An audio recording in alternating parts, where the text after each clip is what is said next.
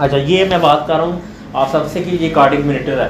Cardiac metre में आपसे सबसे पहले जो नीचे है ना वो SpO2 है, ठीक है, सैचुरेशन पल्स ऑक्सीजनेशन से हम कहते हैं, पल्स ऑक्सीजनेशन, ठीक है। अब ये मेजर कर रही है आपकी कि आपकी जो सैचुरेशन है ना इस वक्त खून में जो आपकी ऑक्सीजन लेवल है वो 98% ऑन रूम एयर, कोई स्पोर्ट नहीं है, नॉर्मल है, आपके फेफड़े बिल्कुल नॉर्मल काम कर रहे हैं, ठीक है, रूम एयर पे, रूम एयर है ना, ये रूम एयर है। मुझे मेरा क्वेश्चन ये है अहमद आपसे कि आप मुझे बताओ कि अल्लाह ताला ने हमारे फेफड़ों में प्रेशर ज़्यादा रखा हुआ है कि कम रखा हुआ है? प्रेशर हमारे फेफड़ों में ज़्यादा ही कम है? आप बताएं सिस्टर। अल्लाह ताला ने हमारे फेफड़ों में प्रेशर ज़्यादा रखा हुआ है कि कम रखा? अगर ज़्यादा रखा हुआ है तो फिर तो हम ऑक्सीजन अंदर ही नहीं ले सकते। कम रखा हुआ है ना, जो हम इजीली सांस लेते तो ऑक्सीजन अंदर आ जाती है। नहीं समझ आ रही? खुद सोचे ना, हमारे फेफड़ों का पार्शियल प्रेशर कम है अकॉर्डिंग टू बाहर। अगर ज़्यादा होता तो फिर तो हमें जोर लगा के सांस लेना पड़ना था। नहीं समझ आई? कम है तो बाहर प्रेशर ज़्यादा है। और हमेशा डिफ्यूजन का ये रूल है कि गैसेस का एक्सचेंजेज हाई प्रेशर से लो प्रेशर की तरफ मूव करती हैं, ऐसे ही है ना। अगर एक कंटेनर हम परफ्यूम छिड़कते हैं वो हाई प्रेशर से आगे लो प्रेशर होता है, परफ्यूम में हाई प्रेशर के साथ क्रिएट किया होता है, वो पूरे रूम में फैल जाती है। क्यों? जो परफ्यूम के अंदर जो पार्शियल प्रेशर है वो ज़्यादा है और बाहर का कम है, इसलिए परफ्यूम पूरे हाल में एयर फ्रेशनर फैल जाता है। इसी तरह अल्लाह ताला ने हमारे फेफड़ों के अंदर जो पार्शियल प्रेशर रखा हुआ है वो कम रखा हुआ है, वो लेज़र वैल्यूज है उसकी, ठीक है, वो कम रखा हुआ है जिसकी वजह से हम इजीली इनहेल कर लेते हैं ऑक्सीजन, ठीक है, और थोड़ी सी एफर्ट के जरिए हम एक्सहेल आउट कर देते हैं। उसमें हमारा जो हेल्प कर रहा है वो डायफ्राम कर रहा है। ये डायफ्राम से मसल्स अटैच हुए हुए हैं, इसको जा रही है फ्रेनिक और वागस नर्व जा रही है, ब्रेन के जरिए होती जा रही है, ये दो नर्व जा रही हैं। आपको जब हिचकी लगती है ना, बेसिकली आपकी फ्रेनिक और वागस नर्व इरिटेट होती है, तंग होती है, जिसमें आपकी हिचकी क्या होता है कि डायफ्राम जो मूवमेंट है ना वो डिस्टर्ब हो जाती है, बेसिकली वो हल्की हल्की ना वाइब्रेशन करती है, जिसकी वजह से आपको हिचकी आती है। आपको बेसिकली हिचकी इसलिए आपको लगती है। हमने क्या करना होता है कि हमने डायफ्राम को जो नर्व जा रही है फ्रेनिक और वागस, हमने उसको स्टेबल करना होता है। उसके कई मेथड्स हैं। सबसे पहले जो उसका मेथड आता है उसमें इंजेक्शन लार्जेक्टिल आता है 25 मिलीग्राम, ठीक है, जो कि पाकिस्तान में अवेलेबल नहीं है। फिर इसके बाद हमारे पास इंजेक्शन आता है एंटी एमेटिक। एंटी एमेटिक मतलब होता है उल्टी के खिलाफ इंजेक्शन, ठीक है, vomiting, anti vomiting injection metoclopramide हमारे पास आता है, ठीक है। अब मेटोक्लोप्रामाइड जो है वो एंटी एंजाइटी का काम भी करता है। कोई परेशानी हुई, कोई टेंशन बनी तो बंदों को हिचकी लग जाती है, उसमें हम जो क्या करते हैं सिंपल, हम ना उनको मेटोक्लोप्रामाइड भी दे सकते हैं, उससे भी देखते हैं। अगर उससे भी रिलीफ ना मिले तो इसको जो बुक लाइन और गाइडलाइन जो कहती हैं 2022 की, उसमें ये लिखा हुआ है कि आपने ज़ाइलोकेन जो कोई RTA इंजरी आ गई है, आपने वहाँ स्टिचेस करने हैं, तो आपने ज़ाइलोकेन से पहले सुन करना है, वो एरिया सुन करना, फिर आपने उससे चीज़ लगाना है, सुई खोपनी है।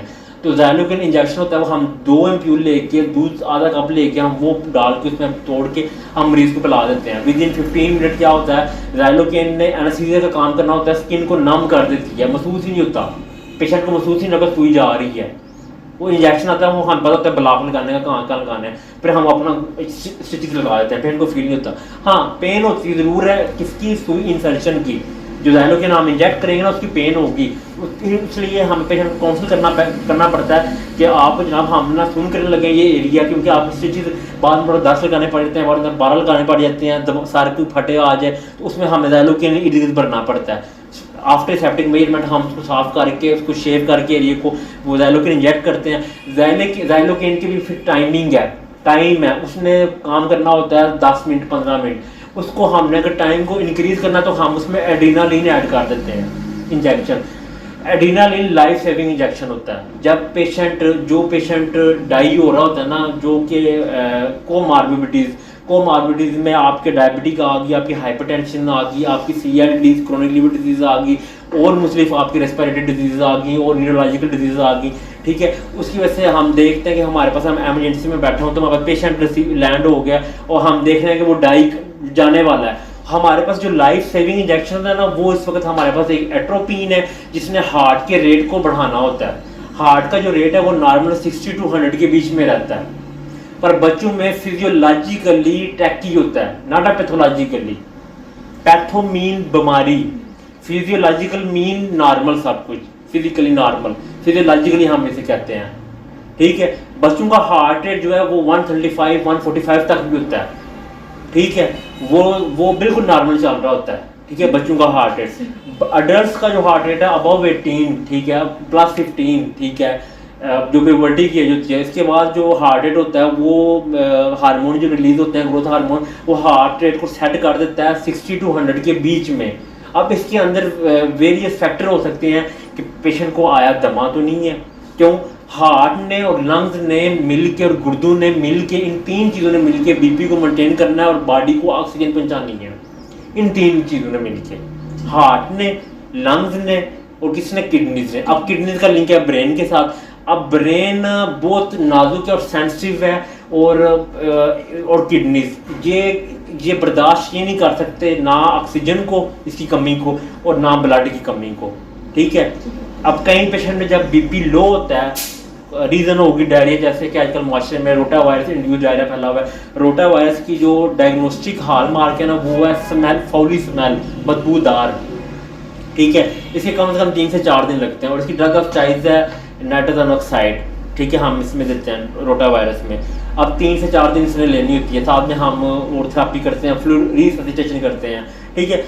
अब अगर तो डायरिया तो हो गया पेशेंट को, पेशेंट के सीरम इलेक्ट्रोलाइट, नमकियात, सोडियम पोटेशियम क्लोराइड, ये 3 मेन नमकियात हैं, ये याद रखना है आपने, भूलने नहीं। सोडियम पोटेशियम क्लोराइड बीपी को मेंटेन कर रहा है, बेसिकली सोडियम मेंटेन कर रहा है। आपने अक्सर सुना होगा कि वैसे घरेलू टोटके कहा जाते हैं, ठीक है, कि जी बीपी लो है जी, पानी का जाके नमक पा के पीओ, बीपी नॉर्मल हो जाता है, ऐसे ही है ना, ठीक है। अब इसमें एक सोडियम का इसमें बहुत बड़ा रोल होता है। सोडियम ने बेसिकली क्या करना होता है कि सोडियम ने पानी को, वाटर को खींचना होता है। हमारी जो वेन्स हैं, जो आर्टरीज हैं, उनके बाहर भी तो एक स्पेस है ना, ठीक है, उनके बाहर भी एक स्पेस अल्लाह ने रखी हुई है। अब सोडियम जो अगर हम वो पियेंगे पानी के रास्ते, हम जो है वो डाल के स्टमक में जाएगा, वहाँ से मेटाबॉलिज्म होगा, उधर से स्टमक अपटेक करेगा सोडियम को, सीधा ब्लड स्ट्रीम में एंटर करेगा। जैसे ब्लड स्ट्रीम में वो एंटर होगा, वेन्स आर्टरीज में घूमना शुरू होगा, उधर से साथ ही जो एक्स्ट्रा ट्रेडिशनल जो फ्लूइड है वेन और आर्टरी के बाहर, वहाँ से वो फ्लूइड को खींच के अपने अंदर कर देगा और ब्लड प्रेशर को मेंटेन कर देगा।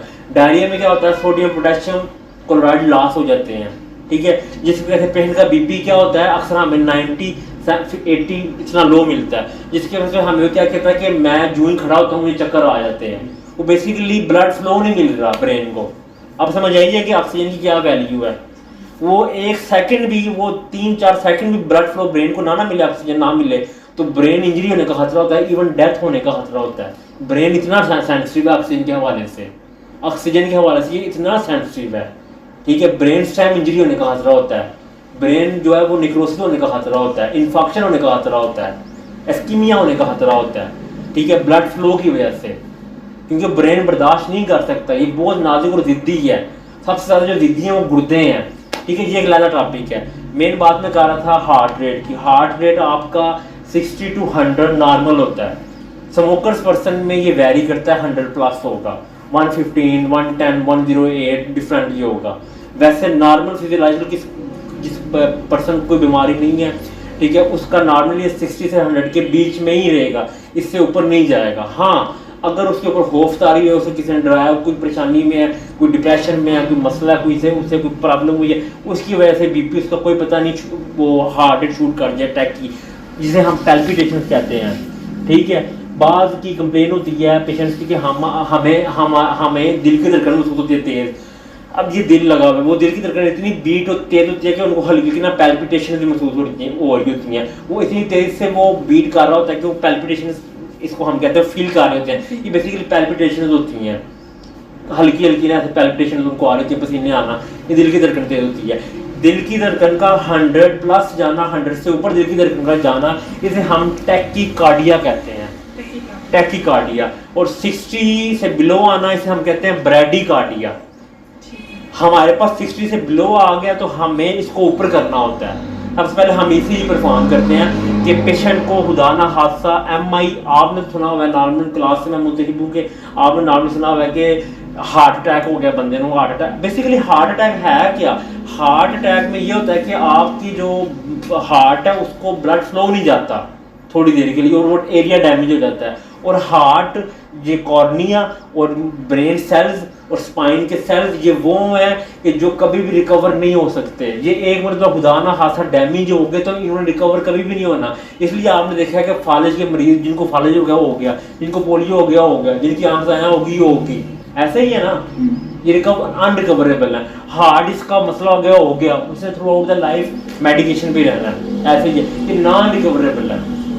इसके ऊपर अब कोशिश की जा रही है स्टेम सेल थेरापीज की कोशिश की जा रही है, ठीक है। वो एक अलग टॉपिक में हम एंटर हो जाते हैं। बेसिकली 60 से नीचे होना हम इसे क्या कहते हैं, ब्रैडीकार्डिया। 100 से अबव होना टैकीकार्डिया।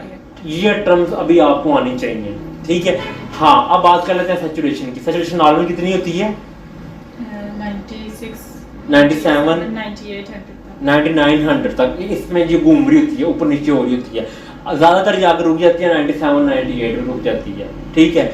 अगर तो पेशेंट को कोई ऑब्स्ट्रक्शन है, कोई रुकावट है सांस की नाली में, बेसिकली आपका ये ओरल कैविटी है, फेरिंक्स है, लेरिंक्स है, ट्रैकी है, आगे ब्रोंकियल ट्यूब है, ब्रोंकाई है, आगे ब्रोंको एल्वियोलाइज हैं, फिर फर्दर एल्वियोलाइज हैं, ठीक है। अगर तो आप देखते हैं इसके अंदर की कोई रुकावट है, कोई ऑब्स्ट्रक्शंस हैं, उसकी वजह से क्या होगा कि सैचुरेशन कम हो जाएगी, पेशेंट की सैचुरेशन कम हो जाएगी, ठीक है। उसमें आगे पेशेंट कंप्लेन करेगा कि मुझे एसओबी हो रही है, शॉर्टनेस ऑफ ब्रेथ हो रही है, मुझे जो है ना सांस लेने में मसला हो रहा है। इसे हम डिस्निया भी कहते हैं, DYSN, ठीक है। PNE, पी साइलेंट है इसमें, हाँ, ठीक है, पी साइलेंट। इसे हम डिस्निया भी कहते हैं, एसओबी, शॉर्टनेस ऑफ ब्रेथ, ठीक है जी। आज का हमारा ये टॉपिक था बेसिकली हार्ट के ऊपर, और दूसरा अपना सैचुरेशन के ऊपर। बहुत शुक्रिया जनाब, चैनल को लाजमी सब्सक्राइब कर दीजिएगा।